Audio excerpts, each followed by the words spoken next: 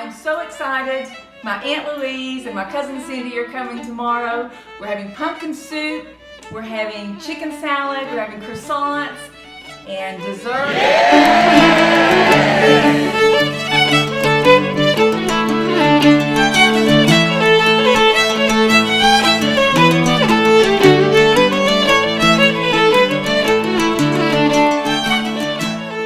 Welcome to Highlands Farms in Tracy's Kitchen, and today we're going to make a grilled chicken salad. I'm going to take 3 large chicken breasts and put a little olive oil on them. And we're going to marinate our chicken in buttermilk. I know that sounds crazy, but this will keep the juices in when you grill them. You marinate it for about an hour or 2 and then put them on the grill, and they are so juicy.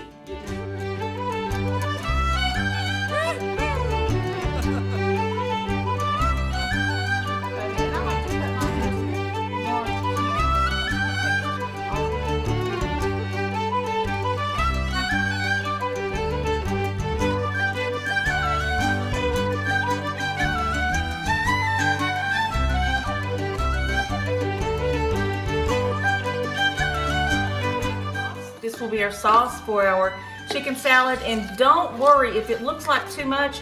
Don't worry, because that chicken will soak up the sauce overnight.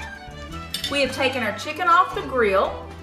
We're letting it cool before we cut it, and I like to cut mine into large cubes so you can taste all of the chicken in the salad. Next, I'll chop up the green onions, add those to the salad.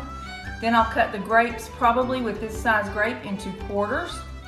And then we'll go on to our celery, chop the celery, and break the pecans. And add all of that to the chicken salad. And you don't want to stir it too much because you don't want to break up the big pieces that are in the chicken salad. That's why we make our sauce first, then add the larger ingredients.